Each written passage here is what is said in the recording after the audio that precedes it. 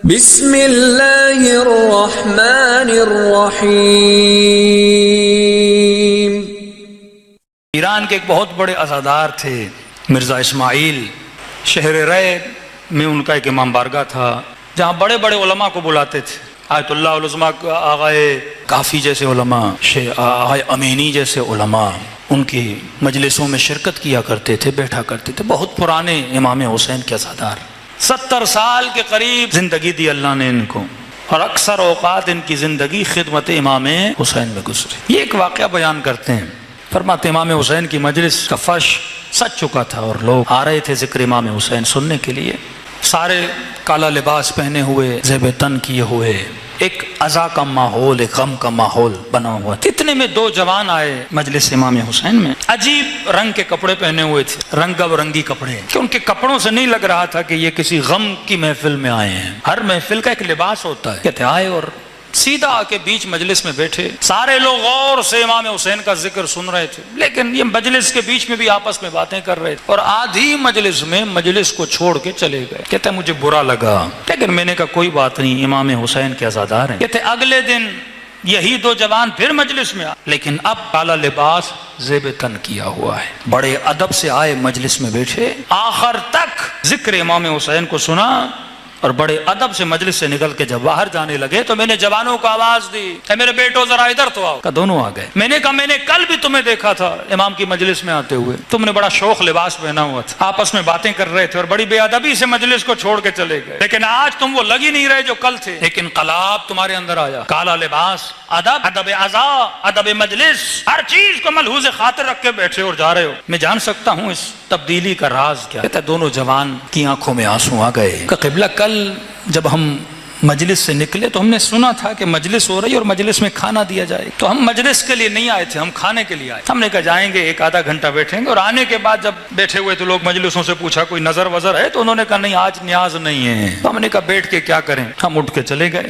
کہتا جیسے مجلس سے باہر نکلے، جس دن آپ کا نیاز نہیں ہوتا اس دن آپ چائے پلاتے ہیں لوگوں کو، تو ہم نے دیکھا کہ باہر جیسے امام بارگاہ سے نکلے تو گلی میں چائے کی پیالیاں پڑی ہوئی ہیں خالی، لوگوں نے پی کے کسی نے ادھر رکھی، کسی نے ادھر رکھ دی ہے۔ تو میری نگاہ جب پیالی پر پڑی تو میں نے دوست کو کہا پیالی پڑی ہوئی ہے، کسی کا پاؤں لگ جائے گا، پیالی ٹوٹ نہ جائے، اس چائے کی پیالی کو کہیں اوپر کی جگہ پہ رکھو، فضول میں اسراف ہو جائے گا۔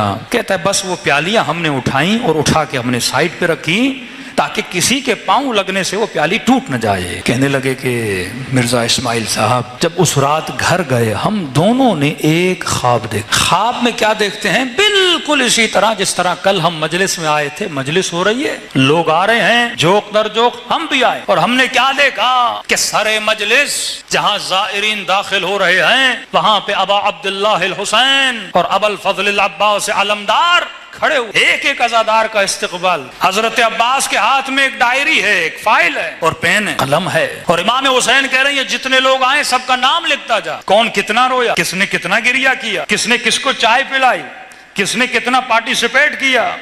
وہ مومنین جو یہ سمجھتے ہیں کہ مولانا ہم متاسفانہ مجلس میں شرکت نہیں کر پائے، ہم انتظامات میں مشغول تھے یا ہم نظر بنانے میں مشغول تھے، کسی کا اجر حسین ضائع نہیں کرتے، یہاں تک کہ جو دیکھ کے نیچے آگ جلا رہا ہے اس کا اجر بھی امام حسین ضائع نہیں کرتے، جو پلیٹیں دھو رہا ہے، جو کوئی بھی کام کر رہا ہے، کہ عباس لکھتا جا سب کا کس نے کیا کیا۔ کہتا جب لکھ گئے تو ہم نے دیکھا کہ ہم اس مجلس سے باہر نکلے تو امام حسین نے کہا عباس تم نے ان دو جوانوں کے لیے بھی کچھ لکھا؟ تو میں نے کہا آقا انہوں نے نہ مجلس سنی ہے نہ ادب سے بیٹھے ہیں، ایسے ہی چھوڑ کے جا رہے ہیں، کیا لکھوں؟